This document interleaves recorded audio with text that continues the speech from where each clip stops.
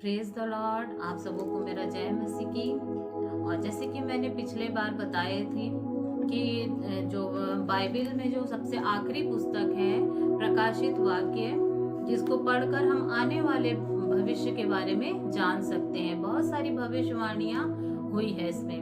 तो उसको पढ़कर यही समझ में आता है कि जब कलीसिया, जो परमेश्वर के यीशु मसीह के विश्वासी लोग हैं, वो जब कलीसिया स्वर्ग में उठा ली जाएगी और उसके बाद इस दुनिया पर बहुत सारी विपत्तियां पड़ेंगी, जिसमें कि मैंने 7 विपत्तियां बताई। जब 7 मोहरें खोली जाएंगी तो कौन कौन सी विपत्तियां इस दुनिया में आएंगी। आज मैं आपको बताऊंगी कि 7 तुरहियों की विपत्तियां। तो जब जो स्वर्ग में यूहन्ना ने दर्शन देखा कि 7 स्वर्गदूत खड़े हैं लाइन से और सबके हाथ में एक एक तुरही है। और जब पहले स्वर्गदूत ने तुरही को फूंकी तो क्या हुआ, इसको हम देख लेते हैं। प्रकाशित वाक्य 8 अध्याय उसका 6वां पद में यहाँ पर लिखा है, पहले स्वर्गदूत ने तुरही फूंकी और लहू से मिले हुए ओले और आग उत्पन्न हुई। अब जैसे ही उसने तुरही फूंकी तो वो लहू, खून से मिले हुए ओले और आग उससे उत्पन्न हुई और पृथ्वी पर डाली गई और पृथ्वी की 1/3 जल गई और पेड़ों की 1/3 जल गई और सब हरी घास भी जल गई।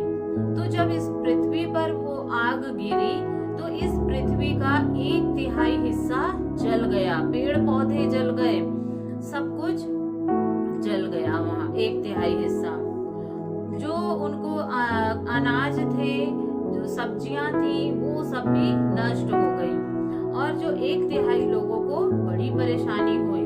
हो सकता है जब सब्जी साग ना मिलेगी तो हो सकता है वो मांसाहारी हो जाए और वो समुद्र के जीव जंतुओं पर निर्भर हो जाए, कुछ भी हो सकता है। तो पहले तो 1/3 हिस्सा पृथ्वी का जल गया। फिर हम देखते हैं जब दूसरे स्वर्गदूत ने दूसरी अपनी तुरही फूंकी तब क्या हुआ। तो मानो आग सा जलता हुआ एक बड़ा पहाड़ समुद्र में डाला गया और समुद्र का 1/3 लहू हो गया और समुद्र के 1/3 प्राणी मर गए और 1/3 जहाज नष्ट हो गए। तो परमेश्वर पिता है, वो चाहता है कि हम प्यार से उसकी ओर नहीं आ रहे हैं, उसकी बात नहीं समझ रहे हैं, तो वो छोटी मोटी विपत्ति डाल डाल कर भी हमें अपने पास करने की कोशिश कर रहा है।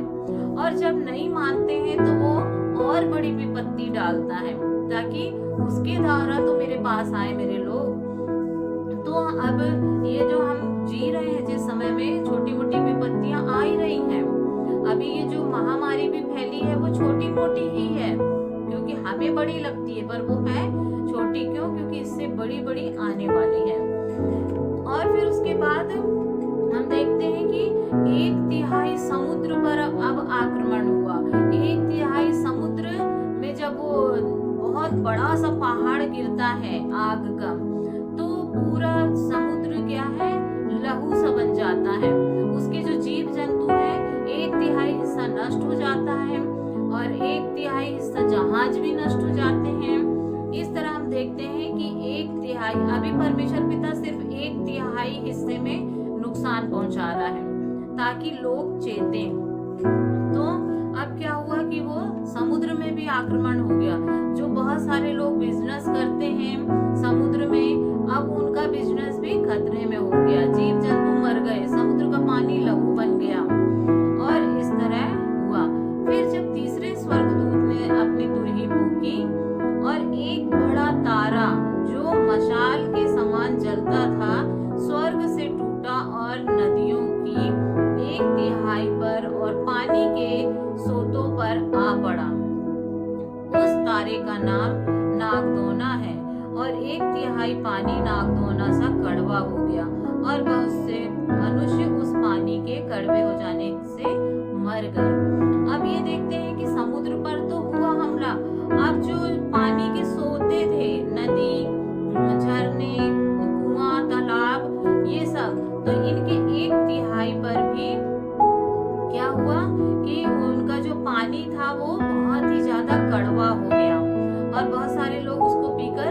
भी गए।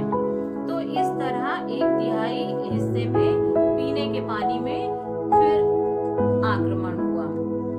अब इसके बाद जब चौथे प्राणी ने अपनी तुरही फूकी तो जो सूर्य था वो 1/3 हिस्सा अंधियारा हो गया, चांद का एक हिस्सा अंधियारा हो गया, तारे का एक हिस्सा अंधियारा हो गया और उनका प्रकाश चला गया। अभी परमेश्वर 1/3 हिस्से में हमला किया। परमेश्वर ये दिखाना चाहता है कि वो सूर्य, चांद और तारों को बनाने वाला सृष्टि करता है और लोग क्या करते हैं, उसकी ही पूजा करने लगते हैं। तो परमेश्वर ये दिखाना चाहता है कि मैंने इन्हें सृजा है, मैं इनका मालिक हूँ और वो उस पर अभी 1/3 हिस्से पर उनको अंधियारा कर दिया, उनको नाश कर दिया। अब फिर उसके बाद जब ये 4 तुरियां फूंक दी गईं, उसके बाद आकाश में एक उकाब को उड़ते हुए देखते हैं कि वो उड़ रहा है और बोल रहा है कि अब जो विपत्ति आने वाली है, अब जो तुरही फूकी जाएगी और विपत्ति आएगी तो पृथ्वी के रहने वालों पर हाय हाय हाय करता है। अब फिर उसके बाद जब 5वां स्वर्गदूत अपनी तुरही फूकती है तो उसके बाद क्या होता है कि स्वर्ग से पृथ्वी पर एक तारा गिरता है और उसे अतः कुंड की कुंजी दी गई। अब ये बहुत ही भयानक मुसीबत पृथ्वी पर आने वाली थी। तो वो देखता है कि यूहन्ना जो देख रहा है कि कौन कौन सी विपत्ति आने वाली है, परमेश्वर उसे दिखा रहा है और उसने इस प्रकाशित वाक्य नामक बुक में लिख लिया। अब वो कह रहा है कि मैंने एक तारा को इस पृथ्वी पर गिरते हुए देखा। तारा मतलब वो स्वर्गदूत, मतलब दूत को एक गिरते हुए देख रहा है। और जैसे शैतान भी पहले तारा था, तारे के समान वो चमकता हुआ तारा था और बाद में वो इस ऊपर से फेंक दिया गया, पृथ्वी पर फेंक दिया गया। ऐसे ही एक तारा वो ऊपर से नीचे गिरते हुए उसने देखा और उसे अथाह कुंड की कुंजी दी गई थी, चाबी दी गई थी अथाह कुंड की, जो आग से जल रहा होता है। तो उसने अथाह कुंड को जब खोला तो उसमें बड़ी भट्टी सा धुआं उठा और कुंड के धुएं से सूर्य, वायु, आकाश मंडल अंधकारमय हो गया। अब जब क्या हुआ कि वो जैसे ही उसने अथाह कुंड की चाबी खोली वो दूत ने, तो उसका धुआं निकला और उस धुएं के कारण क्या हो गया कि पूरा जो सूर्य था और वायु थी वो अंधकारमय हो गई और उस धुएं में से पृथ्वी पर टिड्डियां निकल आई। अभी तो हम टिड्डियां देखते हैं, छोटी छोटी सी रहती है जो फसलों को नष्ट कर देती है, परंतु ये टिड्डियां बहुत ही अजीब प्रकार की थी। वो टिड्डियां निकली और पृथ्वी के बिच्छुओं की सी शक्ति दी गई थी उनको। बिच्छू जब काट लेता है तो जिस जगह पर काटता है तो वो लगता है कि अंगार किसी ने रख दिया हो और वो अंगार हट नहीं रही है। तो इस तरह फिर क्या होने लगा कि वो जो टिड्डियां थी वो बिच्छुओं के समान उनको शक्ति दी गई थी और उनसे कहा गया कि न पृथ्वी की घास को और न हरियाली को, न किसी पेड़ को हानि पहुंचाना, केवल उन मनुष्यों को हानि पहुंचाए जिसके माथे पर परमेश्वर की मोहर नहीं है। उन्हें लोगों की मार डालने को तो नहीं पर 5 महीने तक पीड़ा देने का अधिकार दिया गया और उनकी पीड़ा ऐसी थी जैसे बिच्छू के डंक मारने से मनुष्य को होती है। उन दिनों में मनुष्य मृत्यु को ढूंढेंगे और ना पाएंगे और मरने की लालसा करेंगे और मृत्यु उनसे भागेगी। उन टिड्डियों के आकार लड़ाई के लिए तैयार किए हुए घोड़ों जैसे थे। अब उनका आकार छोटा मोटा नहीं है, वो घोड़ों के आकार के हैं, बड़े बड़े, और उसके सिरों पर मानो सोने के मुकुट थे और उसके मुंह मनुष्यों के से थे और उनके बाल स्त्रियों के बाल जैसे और दांत सिंहों के दांत जैसे थे।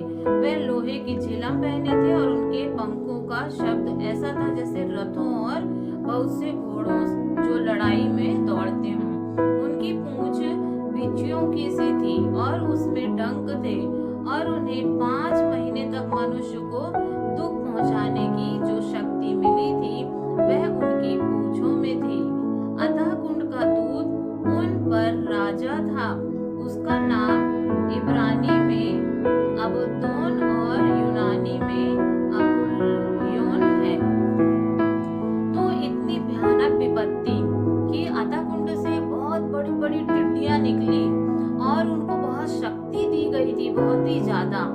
और उनको बोला गया था कि तुम पेड़ पौधों को नहीं नुकसान पहुंचाना, तुम उन मनुष्यों को डंक मारना, उनको कष्ट पहुंचाना जिनके ऊपर परमेश्वर की छाप नहीं है। जैसे कि वचनों को पढ़ने का तो अभी नहीं समय है, पर दूसरा कुरिन्थियों और 21-22 पद में लिखा है और दूसरा तीमुथियुस 2 और उसका 4 पद में इनमें ये दिया गया है कि जो प्रभु को ग्रहण करता है उस पर परमेश्वर अपनी छाप लगा देता है।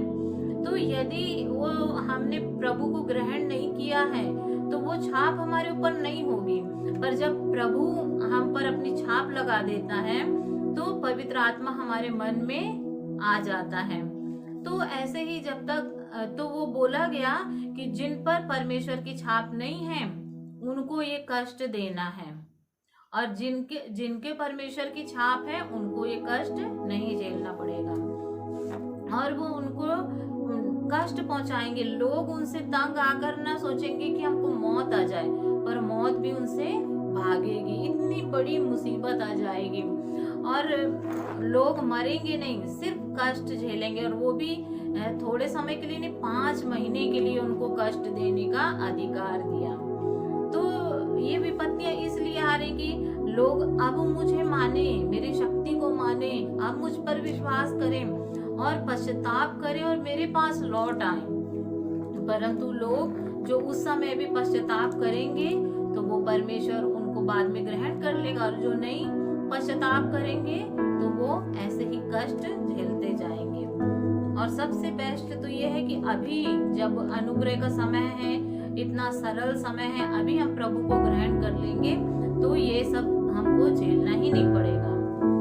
फिर हम देखते हैं जब ये मुसीबत बीत जाती है, 5 महीने वो कष्ट देती है टिड्डियां, तो उसके बाद फिर जब ये सब विपत्तियां बीत चुकी उसके बाद 6वें स्वर्गदूत ने तुरही फूकी।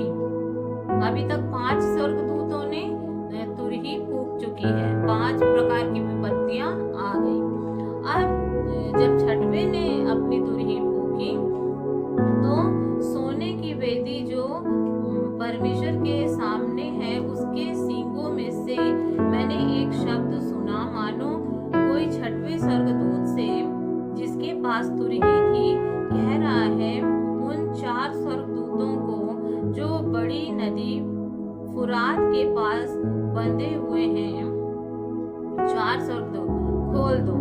तो फुरात नाम की नदी अदन की वाटिका से निकली थी और बोला गया है कि वो जो 4 स्वर्गदूत वहां पर बंधे हुए होंगे उनको खोल दिया जाए और उनको खोल देने की आज्ञा है।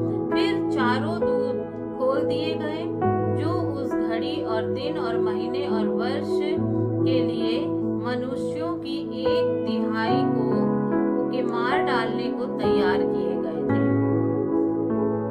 उनकी फौज के सवारों की गिनती 20 करोड़ थी। बाप रे, 20 करोड़। और उनको 1/3 मनुष्य को मारने के लिए उनको भेजा गया था। मैंने उनकी गिनती सुनी थी, कितनी थी? 20 करोड़। मुझे इस दर्शन में घोड़ों और उनके ऐसे सवार दिखाई दिए जिनकी झिल में आग और धूम्रकांत और गंधक की सी थी और उन घोड़ों के सिर सिंहों के सिरों के समान थे और उनके मुंह से आग, धुआं और गंधक निकलते थे।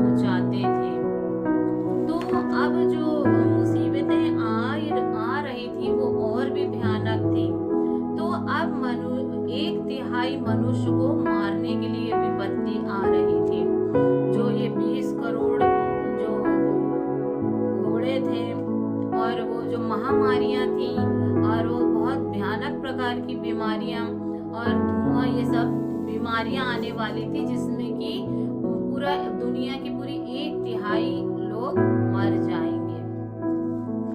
इतना बड़ा भयानक कष्ट आएगा।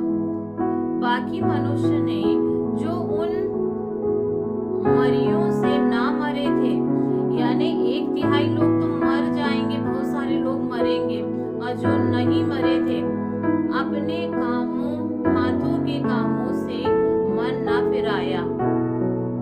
उन्होंने मन नहीं फिराया, इतनी भारी विपत्ति पड़ने के बाद भी उन्होंने ईश्वर को नहीं स्वीकार किया। उन्होंने माना ही नहीं कि ईश्वर कुछ होता है। उन्होंने अपने गलत कामों से भी पश्चाताप नहीं किया, और कुछ गलत काम इधर बताए गए हैं आगे। मन ना फिराया कि दुष्ट आत्माओं की और सोने और चांदी और पीतल और पत्थर और काठ की मूर्तियों की पूजा ना करें, जो न देख सकती, न सुन सकती, न चल सकती, और जो खून और टोना और व्यभिचार और चोरी उन्होंने की थी, उनसे मन ना फिराया। तो यहाँ पर यही है कि जो मनुष्य है वो दुष्ट आत्माओं की पूजा करते हैं। बहुत सारे लोग हैं बुरी बुरी शक्तियों की पूजा करते हैं, ताकि उनके द्वारा वो मनुष्य को दुख पहुंचाए, बदला ले। अभी इस दुनिया में यही सब चल रहा है। अगर हमको किसी ने दुख दिया है, परेशान हुआ है हम किसी से, तो क्या करते हैं, ईश्वर के चरणों में नहीं आते हैं कि चलो हम ईश्वर से प्रार्थना करेंगे, वो हमारी समस्या का हल निकालेगा। मेरे पास तो जब भी समस्या आई है तो मैं परमेश्वर पिता के चरणों में आई हूँ और उनसे मदद मांगी हूँ, और परमेश्वर ने मेरी पूरी मदद की है। या तो मेरी चीजों को ठीक किया है या उन बाधाओं को ही दूर किया है। तो परमेश्वर मेरे साथ रहा, मेरी प्रार्थनाओं को सुना है, और जो प्रार्थना नहीं भी सुनी गई तो उसके लिए भी मैं परमेश्वर से धन्यवाद करती हूँ, क्योंकि उससे अच्छी योजना परमेश्वर के पास रही होगी। तो परमेश्वर जैसा करता है वो सही करता है, उसके विषय में हमको सवाल नहीं उठाना है कि उसने ऐसा क्यों किया, क्योंकि वो जो कुछ करता है सब अच्छा ही करता है। तो जो लोग दुष्ट आत्माओं के पास जाते हैं कि वो हमारा बदला ले, अगर किसी ने हमारे साथ बुरा किया है तो वो दूसरे दुष्ट आत्माओं का सहारा लेंगे कि उसके द्वारा हम जादू टोना टुटका करें तो वो दूसरे का बुरा हो उसका भी। तो जो लोग ऐसे काम नहीं छोड़ेंगे करना, उनको ये विपत्तियां झेलना पड़ेगा। तो यहाँ पर यही लिखा है कि वो लोग मन नहीं फिराए वो दुष्ट आत्माओं की, और बहुत सारे लोग सोने की मूर्ति की पूजा करते हैं, चांदी की, पीतल की, पत्थर की, काठ की, इन सब की पूजा करते हैं, और वो अपना मन नहीं फिराते हैं। देखा जाए तो ना मूर्तियां ना बोलती हैं, ना चलती हैं, ना सुनती हैं। तो ऐसी मूर्तियों के दुष्ट आत्माओं की पूजा करते हैं तो उससे परमेश्वर चिढ़ता है, गुस्सा होता है, क्योंकि वो इसलिए गुस्सा होता है कि मैं जीवित तुमको बनाने वाला मैं हूँ, मैं तुमको पिलाने खिलाने वाला, देखभाल करने वाला मैं हूँ, और तुम जाके अपने से देवी देवता बना लेते हो और उसको पूजने लगते हो। इससे परमेश्वर नाराज हो जाता है, उसको बहुत दुख लगता है कि मेरे बच्चे मेरे पास ना आके किसी और के पास जा रहे हैं। और वो फिर प्यार से समझाता है, जब नहीं समझ में आता है तब वो अपना गुस्सा भी दिखाता है उन पर। तो वो ऐसे लोगों पर ये विपत्तियां डालेंगे। और वही लिखा है कि लोग खून कर रहे हैं, व्यभिचार कर रहे हैं, जादू टोना में फंसे हुए हैं, चोरी कर रहे हैं, बुरे बुरे काम कर रहे हैं और अपने मन को नहीं फिरा रहे हैं। तो जो लोग बुरे काम कर रहे हैं और अपना मन नहीं फिरा रहे हैं, तो वो सब तैयार रहे इन सब मुसीबत और परेशानियों के लिए, क्योंकि वचन जो कह रहा है वही मैं पढ़ के सुना रही हूँ कि परमेश्वर किस तरह है। अभी हमको प्यार से समझा रहा है, यदि नहीं समझेंगे तो वो इतनी बड़ी बड़ी मुसीबतें भेजेगा ताकि अब तुम्हें अक्ल आए, अब तुम समझो। परंतु जब तब भी नहीं समझेंगे तो वो विपत्तियां बढ़ते ही चले जाएंगे। तो इस तरह हमने देखे कि ये छठवीं विपत्ति आई जो बहुत ही भयानक थी और इसमें 1/3 लोग मर गए। फिर हम देखते हैं कि जब 7वीं तुरही फूकी गई, 7वें स्वर्गदूत ने अपनी तुरही फूकी तो स्वर्ग में इस विषय में बड़े बड़े शब्द होने लगे। जगत का राज्य हमारे प्रभु और उसके मसीह का हो गया और वह युगानुयुग राज करेगा।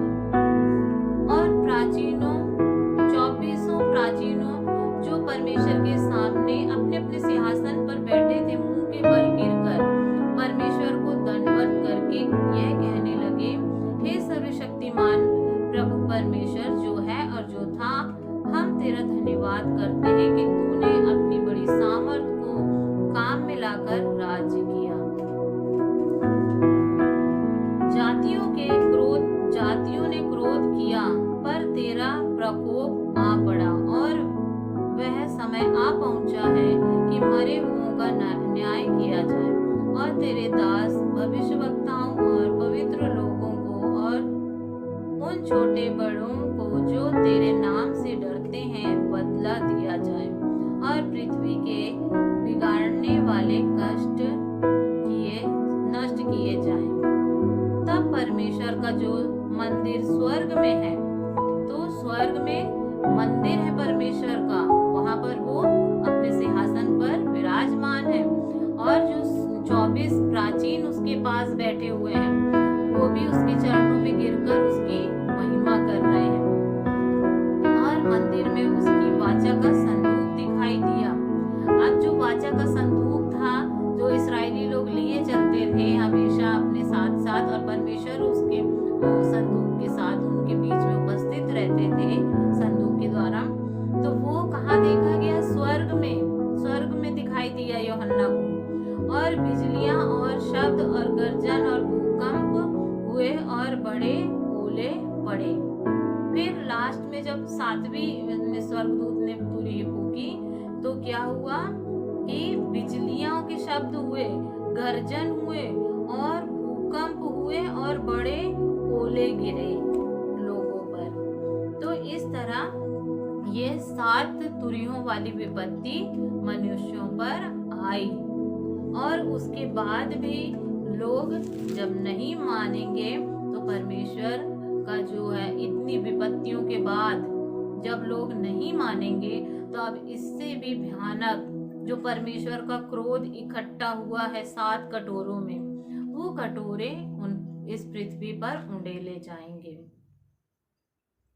तो ये सब विपत्तियां हैं जो आने वाले समय पर आने वाली है।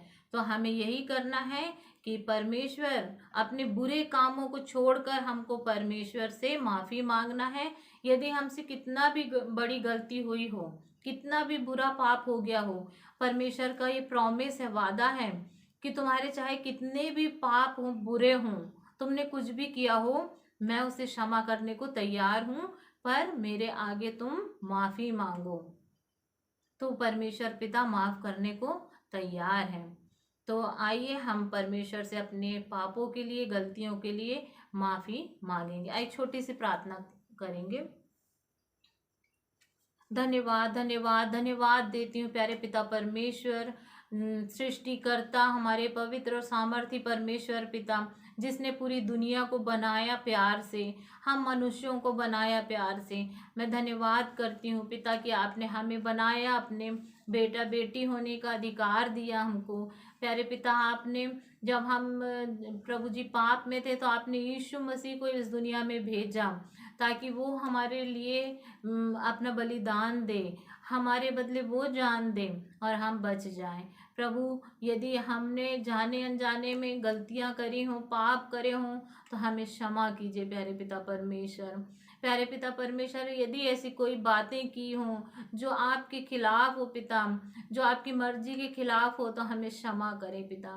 प्यारे पिता परमेश्वर, हमारे माता पिता से, हमारे और भी हमारे पुरखाओं से प्रभु जी जो भी पाप जो भी गलती हुई है, तो प्रभु हम क्षमा मांगते हैं प्यारे पिता परमेश्वर, उन सब कुछ क्षमा कीजिए पिता, हमें क्षमा कीजिए प्यारे पिता परमेश्वर।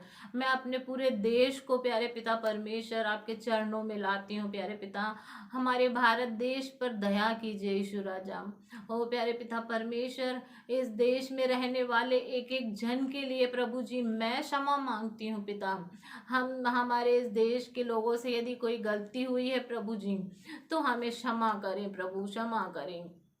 हम जानते हैं प्रभु जी हमने प्रभु जी आपके विरुद्ध पाप किया है पिता। हम सबको प्रभु जी क्षमा करें पिता, क्षमा करें, और इन सब विपत्तियों से हमें बचाइए प्रभु जी। हमारे देश में बड़ा उद्धार दीजिए प्रभु जी, हमारे देश में बड़ी बेदारी भेजिए प्रभु जी, और एक एक लोगों को बचाइए प्रभु जी, एक एक लोगों को बचाइए यीशु राजा। अपना पूरा देश हम आपके हाथों में सौंपते हैं। अब प्रभु जी अब शैतान का कोई अधिकार नहीं प्रभु जी। हमारे पूरे देश को प्रभु जी आपके हाथों में ले लीजिए, पवित्र आत्मा की अगुवाई में ले लीजिए प्यारे पिता परमेश्वर। दया कीजिए, अनुग्रह कीजिए प्रभु जी, दया कीजिए प्यारे पिता परमेश्वर। हम मानते हैं प्रभु जी कि आपने पूरी दुनिया बनाई है प्रभु जी, आप इस पे राज्य करते हैं, आपकी इच्छा पूरी होती है प्रभु जी। हम धन्यवाद करते हैं प्यारे पिता परमेश्वर, इतना महान परमेश्वर आप प्रभु जी दया करते रहते हैं, हर पल रास्ता देखते हैं कि कब हम माफ़ी मांग कर आपके पास लौटें पिता। हम प्रभु जी हर एक बातों के लिए माफ़ी मांगते हैं पिता, और आपके पास आते हैं पिता। हमारी पूरी पृथ्वी पर प्रभु जी आपका अधिकार हो, आपकी इच्छा पूरी होने पाए प्रभु जी, आपका राज आने पाए प्रभु जी। धन्यवाद धन्यवाद। इस विनती प्रार्थना को अपने उद्धारकर्ता यीशु के नाम से मांगती हूँ, सुने ग्रहण कीजिए पिता। आमीन आमीन।